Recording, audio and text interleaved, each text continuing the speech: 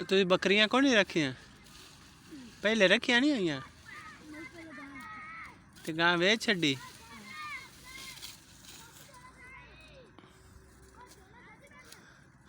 पढ़ा करो, पढ़ाई बड़ा फायदा। आज स्कूल गया कि छुट्टी की थी? मिस्टर सलीम आया।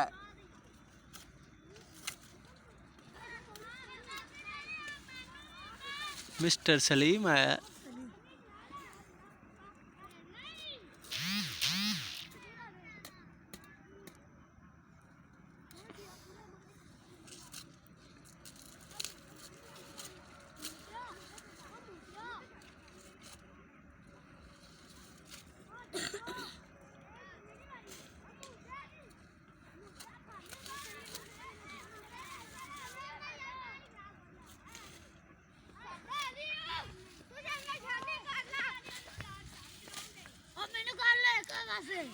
निशानी ने भी करो।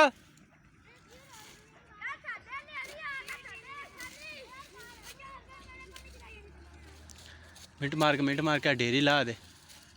ध्यान आते ना मरवाई।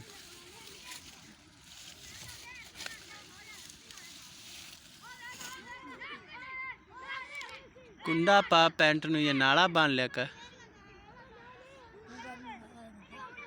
हैं।